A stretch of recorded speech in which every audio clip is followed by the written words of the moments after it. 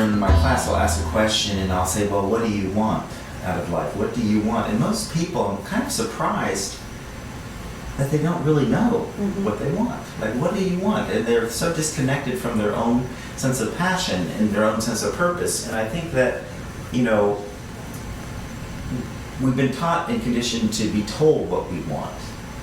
But on a soul level, on a spiritual level, there are certain, you know, base desires, base unique cravings, I guess is a better word, but maybe not cravings, but the word is like a desire, a yearning to come home to the oneness, to reconnect with the divine. And so that is a part of everyone's desire with spirituality. And one of my teachers told me years ago that when you get your priorities in alignment, your life works much smoother. When you have your priorities in alignment, when your priorities are out of alignment, your life seems to have blockages and struggles and processes and pain. But when you get your priorities in alignment, and he said, and when you can make your spirituality one of your highest priorities, perhaps your only priority, your life can really flow. And I thought about that, like, what does that mean? To make it your highest priority. I can understand that, but then to make it your only priority. And then after working with that teacher for many years, I realized that it's because our spirituality is everything.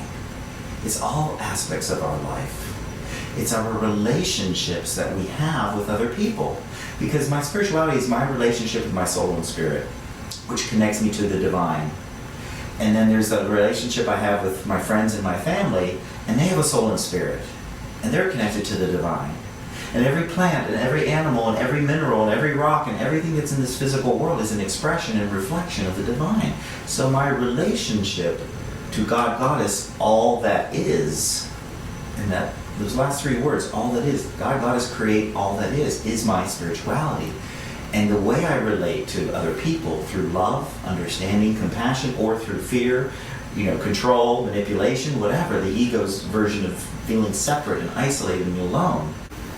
When you understand your spirituality is about being in dominion and that we're all connected and that everything in life is an expression and reflection of the divine, then it made sense to me that now it makes sense to make it your only priority when you understand what spirituality is. When you think of it from the terms of religion, we often think of our spirituality in terms of religion. We think, oh, it's something I gotta do. I gotta go, you know, read my Bible. I've got to do my rosary beads. I've got to go to the service on Wednesday nights and Sunday mornings or whatever day of the week they have services. That my religion and my spirituality thus becomes something I need to do.